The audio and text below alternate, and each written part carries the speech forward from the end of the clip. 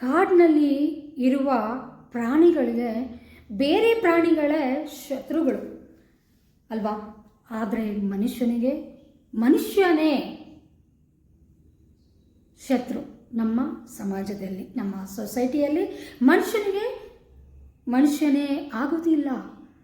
ಅವರು ಸಂತೋಷವಾಗಿದ್ದರೆ ನೋಡ್ಲಾರರು, ಅವರು ಒಳ್ಳೆಯ ಸ್ಥಾನಕ್ಕೆ ಹೋಗ್ತಾ ಇದ್ದರೆ ಎಳಿಬೇಕು ಅಂತಲೇ ನೋಡ್ತಾರೆ. ಈ ಸಮಾಜದಲ್ಲಿ ಇಂತಹ ಒಂದು ಸಂದರ್ಭಗಳನ್ನ ನೀವು ಎದುರಿಸ್ತಾ ಇದ್ದರೆ, ಈ ಸಂದರ್ಭಗಳನ್ನ, ಇಂಥ ಒಂದು ಸನ್ನಿವೇಶಗಳನ್ನ ದೂರ ಇಡಬೇಕು, ಇಂಥ ಒಂದು ವ್ಯಕ್ತಿಗಳನ್ನ ನಾವು ದೂರ ಇಡಬೇಕು ಅಂದರೆ ಮೊದಲು ನೀವು ತಗೋಬೇಕಾಗಿರೋ ಸ್ಟೆಪ್ಸ್ ಏನಪ್ಪ ಅಂದರೆ, ಫಸ್ಟ್ ಸ್ಟೆಪ್, ನೀವು ಎಂದಿಗೂ ನಿಮ್ಮ ಫ್ಯಾಮಿಲಿ ಇಶ್ಯೂಸ್ನ ಶೇರ್ ಮಾಡ್ಕೋಬೇಡಿ.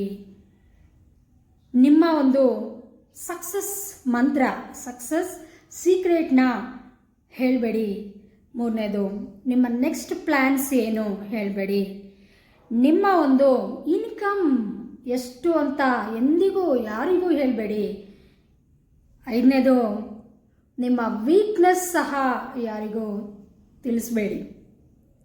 ಈ 5 ಸ್ಟೆಪ್ಸ್ನ ಲೈಫಲ್ಲಿ ನೀವು ಸೀಕ್ರೆಟಾಗಿ ಇಟ್ಟಲ್ಲಿ ಯಾರಿಗೂ ಹೇಳೋದಿಲ್ಲ ಅಂದರೆ ತುಂಬ ಅದ್ಭುತವಾಗಿ ನಿಮ್ಮ ಲೈಫ್ ಇರುತ್ತೆ.